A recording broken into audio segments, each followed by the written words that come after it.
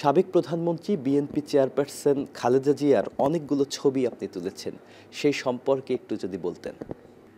দেশনেত্রী বেগম খালেদা জিয়া এক ধরনের মৃত্যুর সঙ্গে উনি লড়ে চলেছেন গত কয়েকদিন যাবৎ। আমরা জানি তিনি রাজধানীর একটি হাসপাতালে আছেন, প্রায় কোমায়। আমরা চাই তিনি আমাদের মধ্যে বেঁচে আসুন।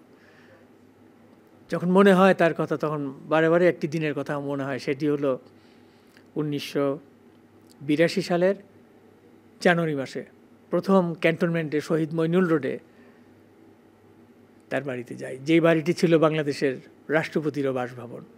শহীদ প্রেসিডেন্ট জিয়াউর রহমান তিনিও ওখানে থাকতেন। কিন্তু যখন গেলাম দেখলাম বাড়িটা শুনশান, চুপচাপ, নিঃসঙ্গ, একা, কিন্তু ফুলের বাগান, সুন্দর গোছানো।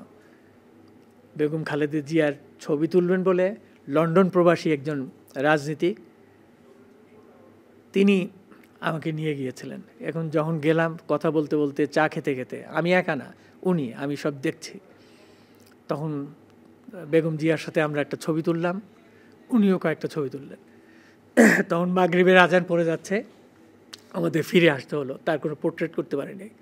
সেই ঘটনার প্রায় ঠিক 1 বছর পরে 1983 সালের 17 জানুয়ারি বেগম খালেদা জিয়ার ছবি তোলার সুযোগ হয়। নিপুণ নামে একটা পত্রিকা, পাক্ষিক পত্রিকা, তারা কাভার স্টোরি করবে, প্রচ্ছদ কাহিনী, ছবি দরকার এবং তার একটা ইন্টারভিউ। তারা যোগাযোগ করলেন একজন সংসদ সদস্য আবু সাইদ খান সাহেব, তিনি এই ব্যবস্থা করে দিলেন। কবি অসীম সাহা এবং আমি নিপুণের পক্ষ থেকে, এবং আবু সাইদ খান সাহেব আমাদের নিয়ে গেলেন। আমরা সেই শহীদ মইনুল রোডের বাড়িতে গেলাম এবং নক করতে দরজা খুলে দিলেন বেগম খালেদা জিয়া। আমরা অবাক হয়ে গেলাম। স্মিত একটু হাসি, কিন্তু চাপা হাসি, হাসির মধ্যে মনে হয় যে বেদনা এবং কান্না এবং নিঃসঙ্গতার একটা ছাপ সেই বাড়ির মধ্যে, তার চোখে মুখে। আমাদের বসতে দিলেন অত্যন্ত ভদ্রভাবে, বিনীতভাবে। তিনি খুব কম কথা বললেন। আমরা চাচ্ছিলাম তার একটা ইন্টারভিউ করার, কিন্তু উনি প্রথম থেকেই বললেন যে না না, খুবই বিনীতভাবে এবং ভদ্রভাবে আমি কোনো সাক্ষাৎকার দিব না। শেষ পর্যন্ত তিনি সাক্ষাৎকার দেন নাই, কিন্তু আমরা প্রায় আধা ঘন্টার জন্য থাকবো বলে গিয়েছিলাম, কিন্তু 12টা থেকে 2টা, 2 ঘন্টা আমরা ছিলাম। এর মধ্যে আমরা অনুরোধ করলাম যে আপনার 2 ছেলের সাথে অন্তত একটা ছবি তুলতে দেন। তারেক রহমান আসলেন, প্যান্ট শার্ট পরা, একটা সোয়েটার পরা এবং পুরনো কাপড় চোপড়। একজন রাষ্ট্রপতির সন্তানদের যে এরকম কাপড় চোপড়, আমি দেখে খুবই অবাক হচ্ছিলাম, এবং বাসার আসবাবপত্র ওই রকমই। এর মধ্যে কথা হচ্ছিল। খালেদা জিয়া আবার একটু ভিতরে গেলেন, চা কিন্তু তখন আসেননি। তখন ওই ফাঁকে তারেক রহমান আমাকে বললেন, তিনি খুব সম্ভবত তখন ম্যাট্রিকের ক্যান্ডিডেট, সম্ভবত ক্লাস 10-এ পড়েন, ম্যাট্রিক পরীক্ষা দিতে যাবেন, আমার মনে হয় তাই। বললেন যে আমার একটা ক্যামেরা আছে, ওটা শাটারটা একটু আটকে গেছে।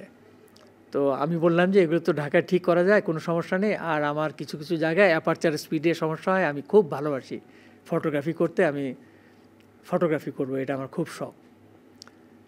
কিন্তু আপনি আম্মাকে বলবেন না। আমি বললাম যে আপনার এই ক্যামেরাটা, তুমি বললাম যে তোমার এই ক্যামেরাটাও ঠিক করা যাবে, আর আমিও অনেক টিপস দিতে পারবো। আমিও খুব খুশি যে আমরা সাম্রাজ্যের একজন সদস্য, জিয়া পরিবারের, সেও প্রবেশ করতে যাচ্ছেন ফটোগ্রাফিতে। আমি খুব খুশি। একটা ছোট্ট কাগজে লিখে সে টেলিফোন নাম্বার দিল যে আপনি আমার সাথে যোগাযোগ করবেন, আপনি মাঝে মাঝে আসবেন। তো সেই কাগজটা পকেটে নিলাম।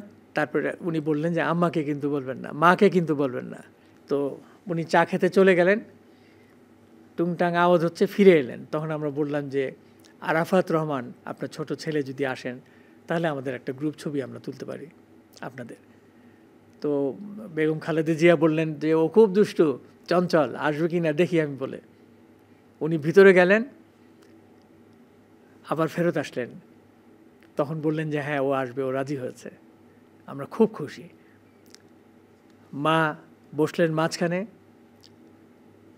তার বাঁ পাশে তারেক রহমান এবং ডান পাশে আরাফাত। আরাফাত একটু মাথা নিচু করে, মনটা একটু খারাপ, কিন্তু ও মন খারাপের মধ্যেই তার একটু চোখে একটু দুষ্টুমির একটা ঝিলিক, বুকটা একটু ফাঁকা।